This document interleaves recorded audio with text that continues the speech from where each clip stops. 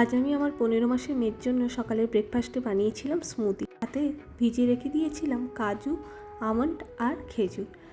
সারা রাত ভিজিয়ে রাখাতে ড্রাই ফ্রুটসগুলো খুব ভালোভাবে ভিজিয়ে গিয়েছিল। তারপরে সকালবেলা ঘুম থেকে উঠে এক বাটি সাদা ওটস নিয়ে শুকনো কড়াতে ভালো করে নেড়ে নিলাম। যখন দেখলাম ওটসটা একটু কড়কড়ে মতো হয়ে গেছে, গ্যাসের ওভেনটা বন্ধ করে গরম জল দিয়ে 10 মিনিটের জন্য ওটসটাকে ভিজিয়ে রাখলাম। এবার উপকরণগুলো রেডি করে নিলাম। তারপরে একের পর এক মিক্সিং জারে এই যে ভেজানো ওটস আর ফোটানো দুধকে ঠান্ডা করে নিয়ে নিলাম, আর ভেজানো ড্রাই ফ্রুটসগুলো একের পর এক দিয়ে দিলাম। আপনারাও পারলে এর সঙ্গে কলা যোগ করতে পারেন, কিন্তু আমি আমার মেয়েকে সকাল 10টার আগে কলা দিই না, তাই জন্য আমি কলাটাকে অ্যাভয়েড করেছি। তারপরে সব কিছু দেওয়ার পর একটু সামান্য জল দিয়ে এটা মিক্সিতে ফাটিয়ে নিলাম। এইভাবে বানিয়ে নিলাম স্মুদি। আর অতটা তো আর খেতে পারবে না, তাই আমারও সকালে খুব ভালোভাবে ব্রেকফাস্ট হয়ে গিয়েছিল। ও তো দেখলাম খুব ভালোই খেলো। কেমন লাগলো জানাবেন। আর তাহলে আজকে চলি, টাটা, ভালো থাকবেন।